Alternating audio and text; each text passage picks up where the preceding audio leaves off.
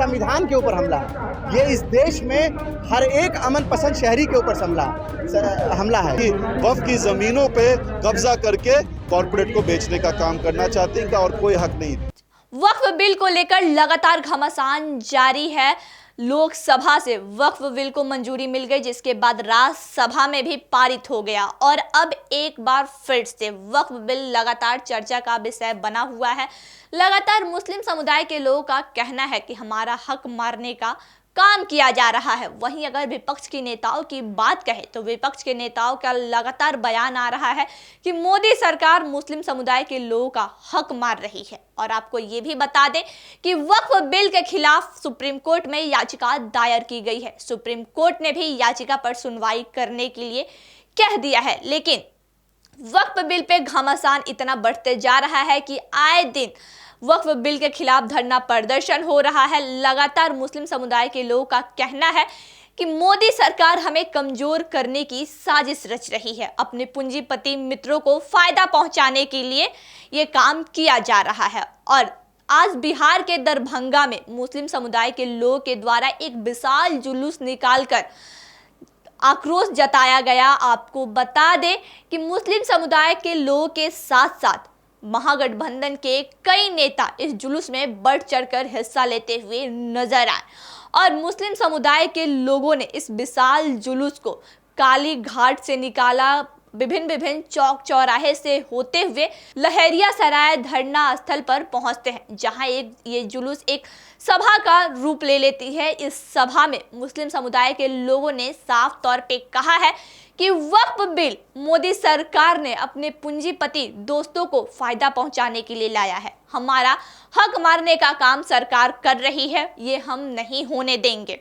लगातार इसे लेकर बवाल जारी है। और आपको बता दें कि कांग्रेस के राष्ट्रीय नेता सह अलीगढ़ मुस्लिम विश्वविद्यालय छात्र संघ के पूर्व अध्यक्ष असमानी ने कहा कि ये जो वक्फ का नया कानून है सीधा आर्टिकल 26, आर्टिकल 30 और आर्टिकल 31 के ऊपर हमला है।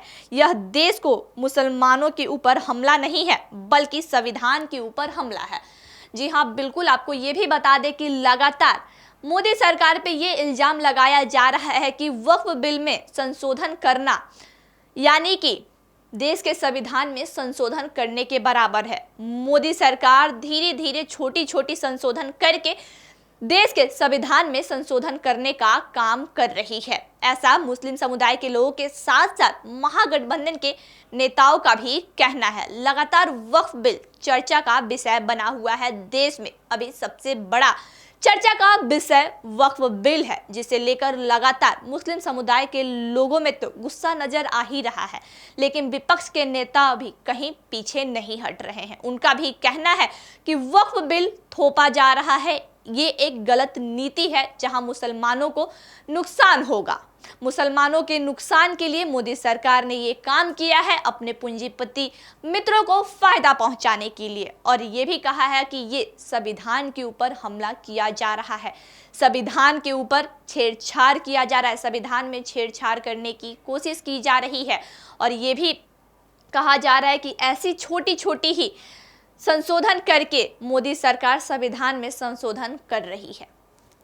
ये जो वक्फ का कानून है ये सीधा आर्टिकल 26, आर्टिकल 30 और आर्टिकल 31 के ऊपर हमला है। ये इस देश के माइनॉरिटीज़ के ऊपर हमला नहीं है, मुसलमानों के ऊपर हमला नहीं है, ये इस देश के संविधान के ऊपर हमला है। ये इस देश में हर एक अमन पसंद शहरी के ऊपर हमला है। जो लोग इस देश के आइन को, इस देश के संविधान को मानते हैं वो ये मान लें कि इस वक्त जो नरेंद्र मोदी जी की बैसाखी की सरकार है वो नीतीश जी के बैसाखी के रूप में चल रही है, नायडू जी, चिराग जी के बैसाखी के रूप में चल रहे हैं।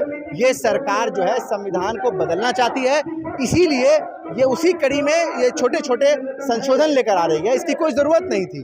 डीएम के पास लाखों फाइल पहले से पड़ी हुई है, जिसको वो उनके पास देखने का समय नहीं है, धूले चाट रही है। वक्फ एक इंडिपेंडेंट बॉडी थी जिसके अंदर सरकार के द्वारा लोग ही अपॉइंटेड सब चीज़ों को वेरीफाई करते थे। लेकिन आज की जो आज जो वक्फ बिल जो पास हुआ है इसके अंदर सारी चीज़ें आप डीएम के हाथ में दे दी हैं। डीएम राज्य सरकार के द्वारा अपॉइंटेड होता है, उसको सरकार के मंत्री, सरकार के विधायक या मुख्यमंत्री अगर कुछ कहेंगे तो वो सारी चीज़ों को गड़बड़ करने के लिए सक्षम है। तो कहीं ना कहीं डीएम को आपने एम्पावर करके वक्फ की अहमियत को घटाने का काम किया है और हमसे वो प्रॉपर्टी जो हमारे बुजुर्गों ने, जो ईश्वर को, अल्लाह को, भगवान को गिफ्ट की थी ताकि उसके ऊपर कुछ अच्छे काम हो सके, स्कूल बन सके, अस्पताल बन सके, उन प्रॉपर्टी को आप छीन कर इस देश के अंदर जो आपके पूंजीपति मित्र हैं, चाहे वो अंबानी हो, अडानी हो, बिरला हो, जो भी हो, उनको ये ज़मीनें आप देना चाहते हैं। इसीलिए इस तरह के कानून को लाया गया। आप क्या चाहते हैं? आप कहते हैं ये कमेटी बना दो और आप कहते हैं उस कमेटी के अंदर जो भी लोकल कमेटी है, वक्फ की जो बोर्ड है, उसमें चाहते हैं कि आप दूसरे बिरादरी, दूसरे समाज के लोगों को जोड़ने का काम करना चाहते हैं। ये कौन सा हक है? क्या कानून सबके लिए बराबर होना चाहिए कि नहीं? एक तरफ हिंदू ट्रस्ट भी है, एक तरफ जैन ट्रस्ट भी है, सिख ट्रस्ट भी है, क्रिश्चियंस का भी एक चर्चेज हैं, तो क्या सब जगह दूसरे कम्युनिटी के लोग उसके मेंबर बनते हैं? क्या आप उसमें दो मेंबर ज्वाइन कराना चाहते हैं? कहीं हिंदुस्तान के अंदर वक्फ बोर्ड के नाम की कोई चीज़ नहीं है। कई सारे अडानी, अगर आप कहिएगा अंबानी का घर, मुझे लगता है अंबानी का घर भी कहीं ना कहीं इस वक्फ की प्रॉपर्टी पर है। तो ये चाहते हैं कि वक्फ की ज़मीनों पे कब्जा करके कॉरपोरेट को बेचने का काम करना चाहते हैं, इनका और कोई हक नहीं। और वो चाहते हैं कि समाज के अंदर तनाव पैदा हो।